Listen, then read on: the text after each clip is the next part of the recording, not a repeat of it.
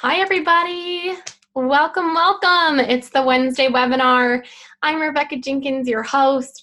And man, today is going to be exciting because it is the first week of a new month and we have a new theme, and it's sales. And that's one of my favorite topics to teach and train on. And I think it's going to be hugely impactful to any frontline on-site associate for multifamily.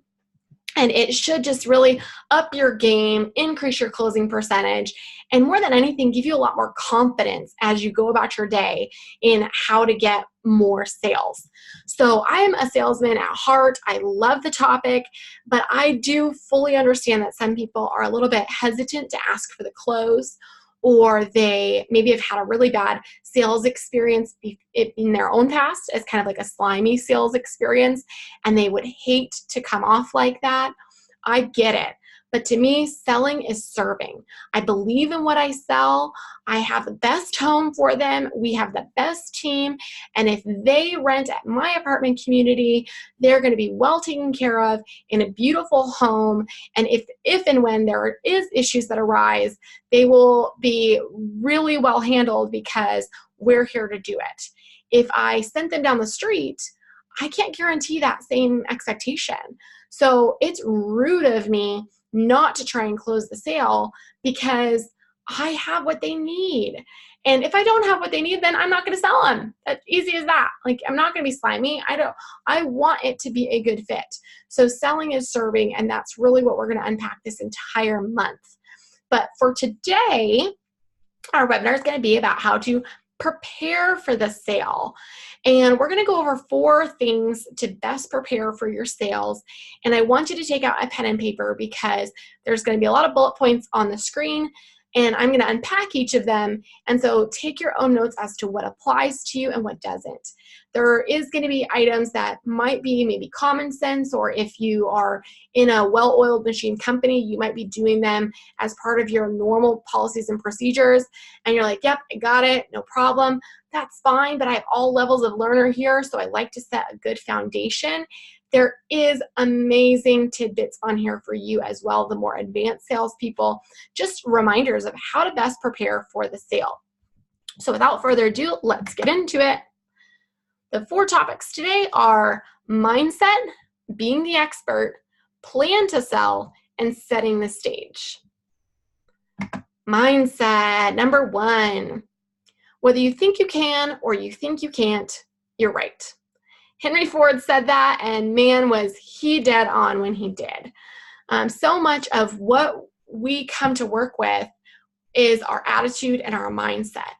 And that truly is the fundamental to preparing to sell. I want to tell you a story about one of my dear friends that I used to work with. And at the time, he happened to be an assistant manager of mine. And he was newer in the industry, actually had just worked from a restaurant, so he didn't have any sales experience whatsoever. And one day I'm noticing, man, you're struggling with your sales. He was kind of in a funk. And I said, hey, let's call him Bruce. Hey, Bruce, there's that person walking up and you see him parking. Are you going to sell them? And he goes, well, I think so. Yeah, I'm gonna sure try. And a dagger went through my heart. I was like, oh gosh, I'm doing something wrong here as his leader, because I quickly realized he might have all the tactical knowledge that he needs to make that sale, but he had a mindset game issue. And so after that prospect came and went, and I couldn't tell you whether he sold them or not, we really unpacked for the next few weeks his mindset. And I said, hey, when you see someone out there, you have what they need. Believe in your product. And when they come up, say, man, I am absolutely going to rent them an apartment today, and it is going to be my pleasure. It is going to be so great to align them with what my availability is to what their needs are. The only thing missing is the conversation to figure out what the best fit for them is. And we worked daily on his mindset. And after a couple of weeks, and after some really good positive content going into his head and some pep talks and really just kind of affirmations, a lot of different things, his closing ratio skyrocketed and it never came down. And he has since gone on to run his own properties and his own teams, and he takes that lesson with him and teaches other people that. And I just, cherish that memory and that example because it wasn't about his skills. It wasn't about the property or even our competitors. It was 100% about what's between his ears. Do you think you can, or do you think you can't because you're right? So let's break down some habits that we can adopt in order to have a very good mindset every single day when we come to our leasing positions or our frontline positions. First and foremost, have a habit of dressing for the job you want, not the one you've got. So this doesn't mean being really fancy or expensive with your clothes. It means don't show up with wrinkled clothes, with your taps out of your heels that go clink, clink, clink, clink, clink and distract from sales, or a messy bun on your head because you just really were rushed that morning. Be prepared to sell. Show up and dress the part of what you think your next job would be. Put that mindset on as you're getting dressed and putting yourself together to say, I'm here to sell and I want to make a great first impression to my prospects. Number 2 is get to work early, not on time, and definitely not late. So a lot of properties open at 9 and your companies expect you to be there at 8:45. Well, I would suggest you be there at 8:30. That's only 15 minutes earlier than your expected time. What that does is much more valuable than your 15 minutes. It gives you the time and breathing room to get your head on, get in the game, put whatever's going on outside of the world, whatever hectic thing you've already encountered for the morning, leave it out where it belongs and get your mind and work environment. And we'll go through kind of what to do in those 15 minutes, but get centered and ready to sell. Shift gears. And with those 15 extra minutes, you have the space to do that, where if you only had the normal amount of time before the doors opened, you're rushing, you're on it, there's no breathing room. And if by happenstance, if you're late, you're already behind the game. You've already decreased your availability to sell, and you have to overcome some obstacles because it's already hectic from the moment the doors open. You're behind. You might even be frazzled at that point. So make sure to get there just a little bit. I would suggest a 15-minute buffer zone earlier than expected. And breathe, because you have the time to get everything you need done to prepare to sell. Going on down this list, you have consume positive content daily. And I'm going to loop in that next bullet point too. Make sure your self-talk is positive. So these two, I don't want to freak anybody out, with these weird vibes, but this is just such a mindset habit that if you are not already practicing or don't know anything about, I really encourage you to dive into the deep end of this. Positive content is good podcasts. Music, if it's not uplifting music, just music that makes you smile, that pumps you up, that gets you excited.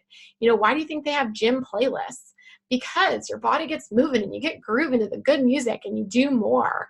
It is good books, speeches, TED Talks, any of that. Just, you need to almost, there's so much negative content coming in from news and people's highlight reel on Facebook and all this other garbage that you not only have to cancel that out, you have to overcome it, because your prospects, they really expect you to be positive and engaged, and you want to feel confident when you go into a sales situation. And self-talk goes right hand in glove with that, where self-talk is what you are saying that you think you can or you think you can't. I'll give you an example of maybe someone who feels like they are not ready for a promotion. And they say, man, I'm just not ready for promotion, maybe in a year or two. Well, then that's what's going to happen. You're going to wait another year or two to get a promotion. That's crazy. Instead, say, man, I am working hard every single day to be better prepared for a promotion, and I am on my way. All right, let's get it done. There is enough hate in this world. We do not need self-hate. So start talking positively to yourself, guys. I'm so excited and pumped up. Yay, talk positive. Okay, know your goals, both big and small. So this is the last habit we're going to talk about to adopt for your mindset, but we're obviously going to put it in the realm of sales. Know your sales goals, big and small. We just talked, it's the first of the month, right? First week of the month. How many leases are you going to get this month? How many renewals are you going to get? And if you're going to get that many leases in the month, what does that translate to for your weekly and daily goals? How many appointments do you need in order, or tours do you need in order to get that? Well, if your average closing ratio is 35%, that's a simple math equation. Figure out, those are all math. What does that look like? What does your daily appointment goal look like? What does your daily leasing goal look like? And then on the 15th of the month, check in with yourself. Are you halfway to your monthly goal? Or do you need to make up some room? Do you need to hustle and really, put in a little extra phone calls or make some extra tours, make it count? Or are you exceeding your goal at the halfway mark and you really need to up it because you want to maximize the amount of leads that are coming in this summer, and you thought you would only get 10, but man, you're already at 7 and it's only halfway through. Let's bump that up to 15. You got this. Really reach for those goals. All right, let's go on to number 2. Number 2 thing you need to do to prepare for the sale is be the expert.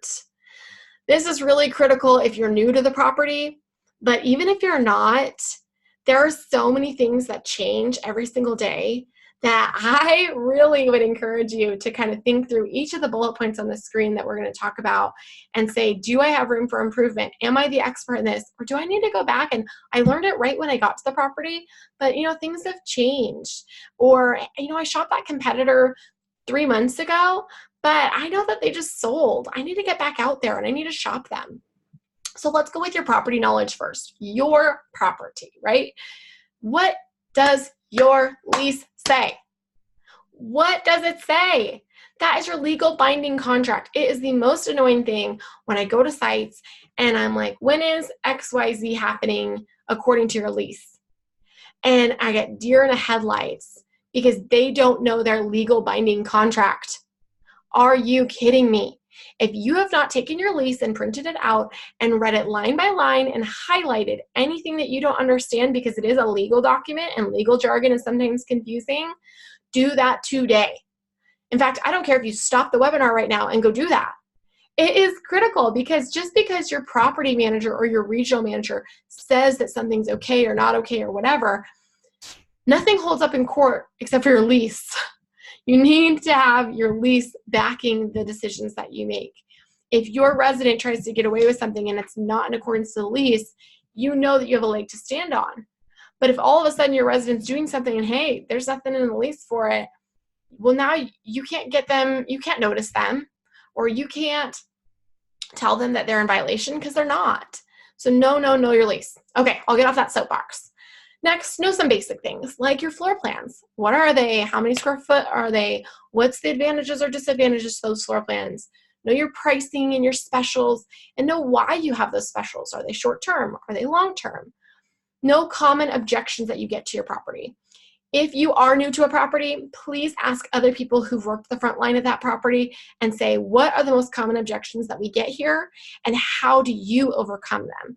That will give you a big leg up on really minimizing the learning curve and getting those sales quickly.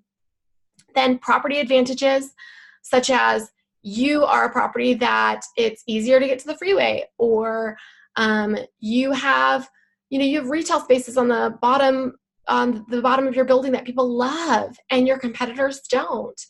You have covered parking, like a covered structure, versus other communities have carports. All of those are things that you really need to know because those are your selling points. Those are where you add value to your sales and will come into play. And then I want you to know your next best unit and your longest standing vacant unit. And the reason why is that creates your spectrum. Your next best unit is the one that when someone comes in who's not as price conscientious, but they just want the best. They are looking at the next move to elevate their lifestyle. You are selling a lifestyle, not just a home.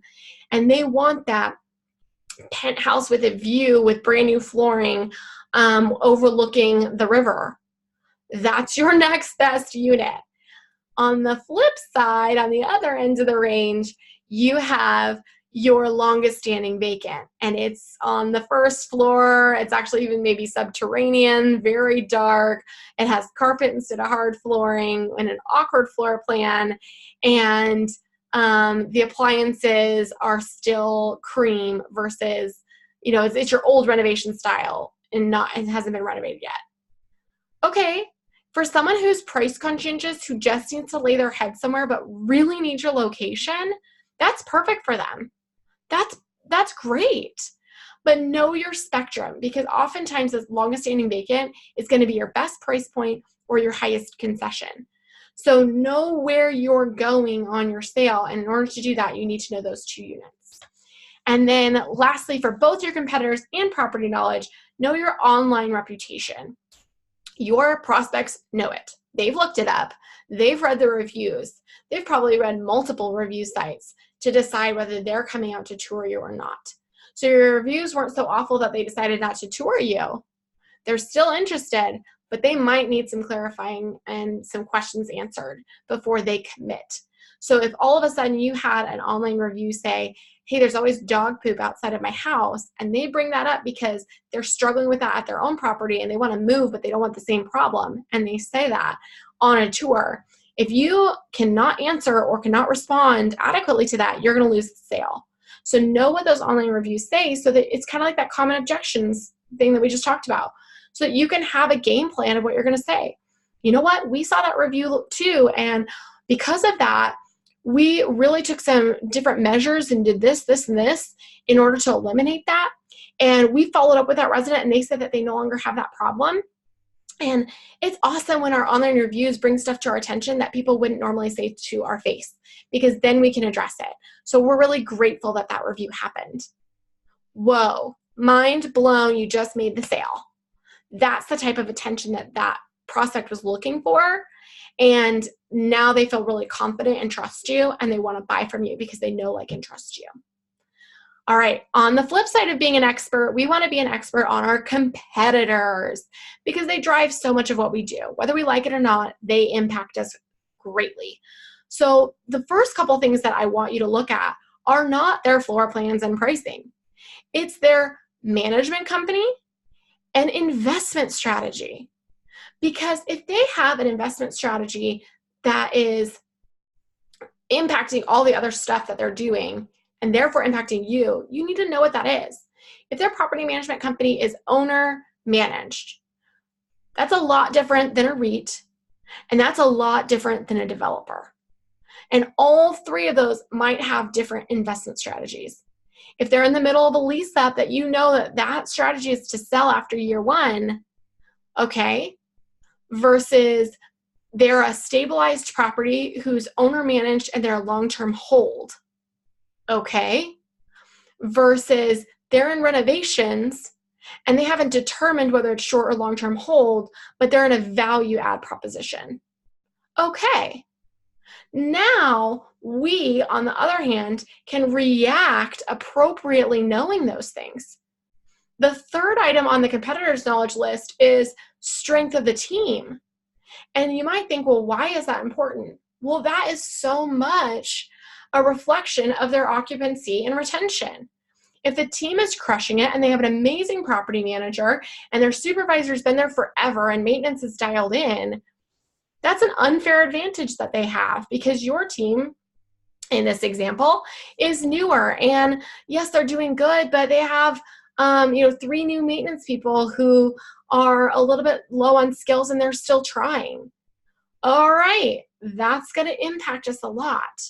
I'll give you an example of the strength of the team, how that could even impact your pricing or your sales.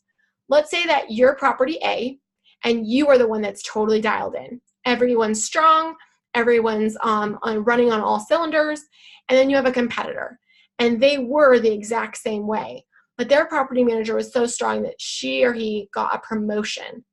And now you have a new property manager who's green.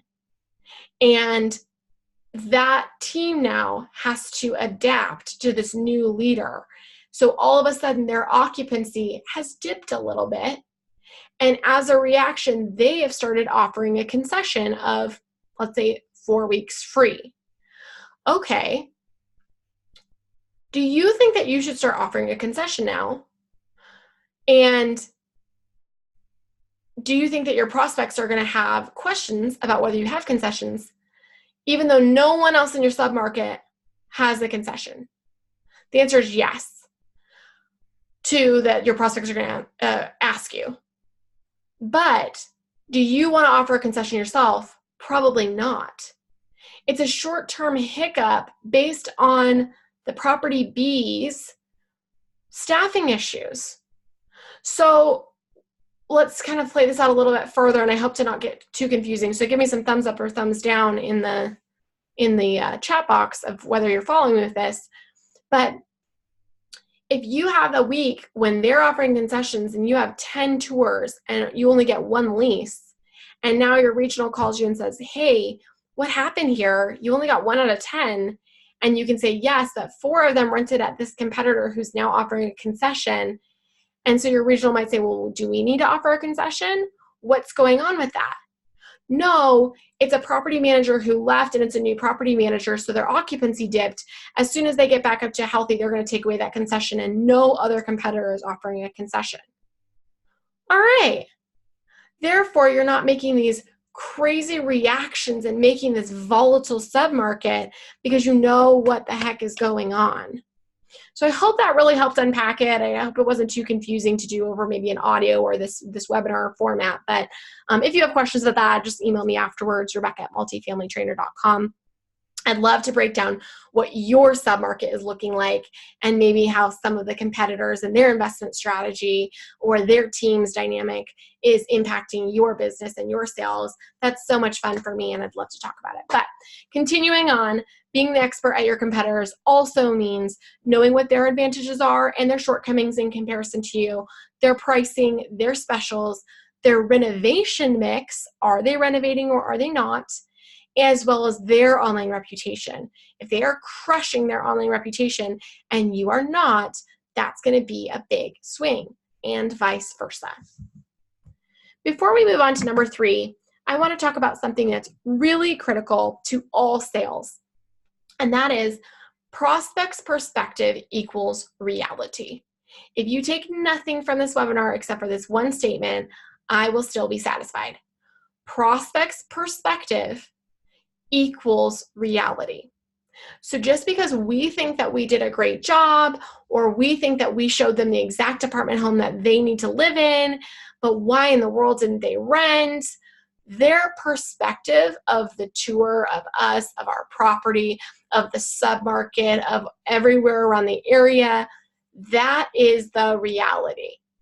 So we need to do a better job of understanding what they expect, getting them to open up, and then getting them to talk through certain things so that we can understand their perspective and their reality to get the sale.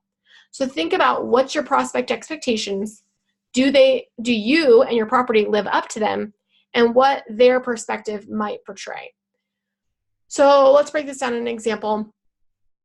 You have a wonderfully luxurious property. It is in a downtown location, just really stellar location, close to everything. And it screams luxury online. It really, every ILS, every marketing platform that you go to has stunning pictures, and your price points reflect that. They are very high. Well, if your prospect has that expectation of luxury living and they come and they are expecting to pay extremely well for that, and they walk in and you just happen to have had, let's just say, a TV dinner heated up in a microwave in your clubhouse, and it smells just a little twinge in there, and they walk in, pop. The bubble of luxury just got popped for them. Now it does not meet up to their expectations. So you have an uphill battle because of what they were expecting. So can you still overcome that and get the sale? Absolutely. But if you don't get the sale and you're like, man, I thought I did such a good job, they liked everything, well, their perspective of what they were expecting of luxury didn't meet up to it because of when they walked in, it didn't smell the right way.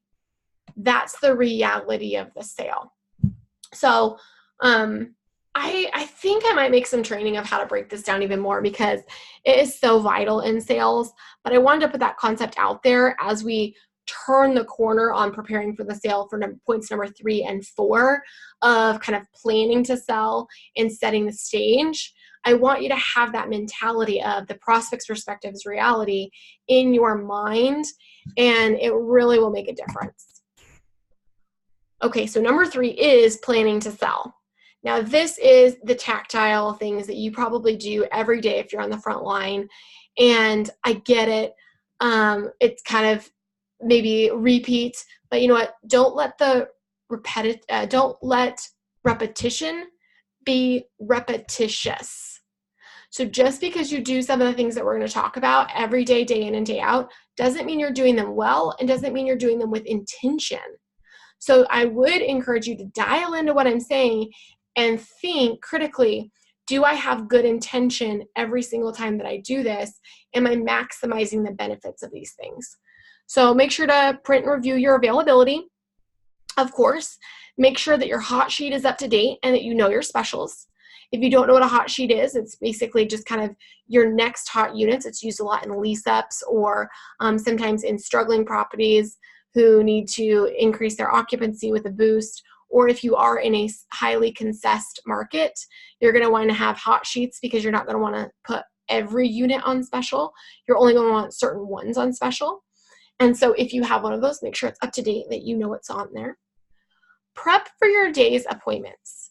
Now, why do you do this before the day even starts? You have made a scheduled appointment with someone. That's not just to be taken lightly. They have made time out of their day to not do other things that they'd rather be doing, drive all the way down to your property, show up to be sold to, okay? They're putting themselves in a sales position in an environment. So you want to make sure that you do them justice by preparing everything you might need for them. If you know that you're going to show them, 2 specific apartment homes, put them on a map, put where their parking spots are, put where the mailbox relation is. If they have a dog, circle the pet park or print out where the closest pet park or trails is. If they talked about that they have a job at XYZ company, go on to MapQuest and do a commute route from XYZ company and print it and put it in your packet. You have every opportunity to make a more impactful sale because they gave you an appointment time versus just showing up. So do your legwork. Also, before the day gets started, send your confirmations for tomorrow's appointments. I guarantee you your day's going to get crazy and hectic and you're going to forget to do this if you don't do it in the beginning. So send out those confirmations for tomorrow's appointments. Hey, I'm really looking forward to seeing you at 11 o'clock. Please let me know if you can't make it. We can always reschedule, but I'm banking on it. And that way, if you do get some cancellations, you can say, well, I have an appointment at 3 today. Can you make it later today? Move it up, not back. You got this. Then ensure your workstations are stocked, organized, and cleaned. This includes your digital workstations. So if you are using iPads or a digital device to lease, make sure that it is ready to go and beautiful and everything is updated on it. And if you're using, a standard workstation, make sure that you have everything printed or your takeaways or whatever it is that you need done, and make sure that it's clean and organized and clutter-free. You never want a sales environment to be stressful. You want it to be, even if there's chaos going on in your drawers, that's fine. Don't let the prospects or the potential residents see that chaos. Also, eliminate known distractions. I love this one, and so many people don't do it.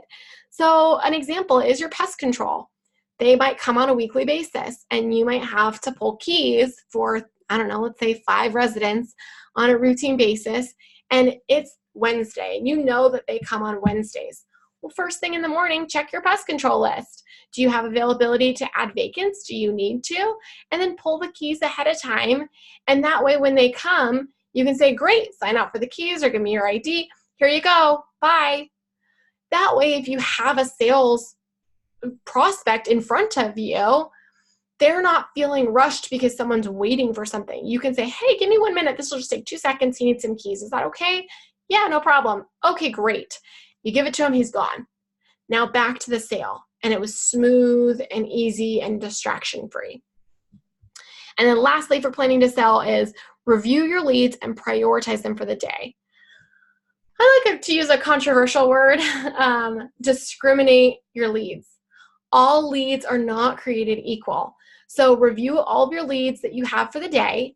And when you touch a lead, you should be marking when you're going to need to follow up with them. So that when you come for, say, for today, you don't have to look at every single lead you have. You should say, okay, what leads need follow-up on today?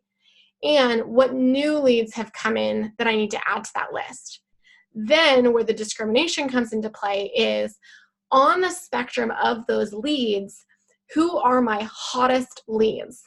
My highly likely to convert to a sale leads. And who are the ones that I've tried to follow up with 3 times and I have not heard back from yet, and I'd like to close them out, but I want to give them one more shot. Okay? Now, discriminate your time and spend a lot more of your time on the leads that are more likely to produce.